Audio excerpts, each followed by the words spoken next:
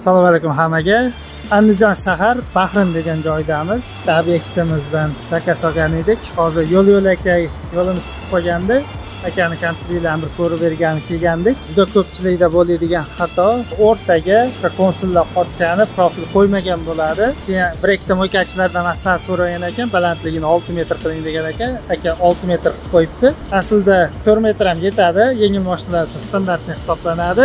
Eni 5 metr, uzunligi 6 metr qilsa idealni hisoblanadi. Keyin o'rtaga mana shunaqa kanalizatsiya qilish tavsiya qilinadi.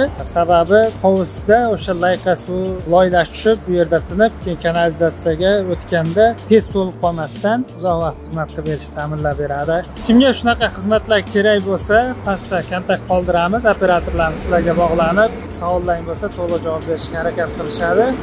Bu yerda hozir mutaxassislarimiz bilan birgalikda o'sha yo'lkislar, apparaturalar joylashishini kelishib olishyapti. E'tiborlaringiz uchun rahmat. Promoy barakali biznes.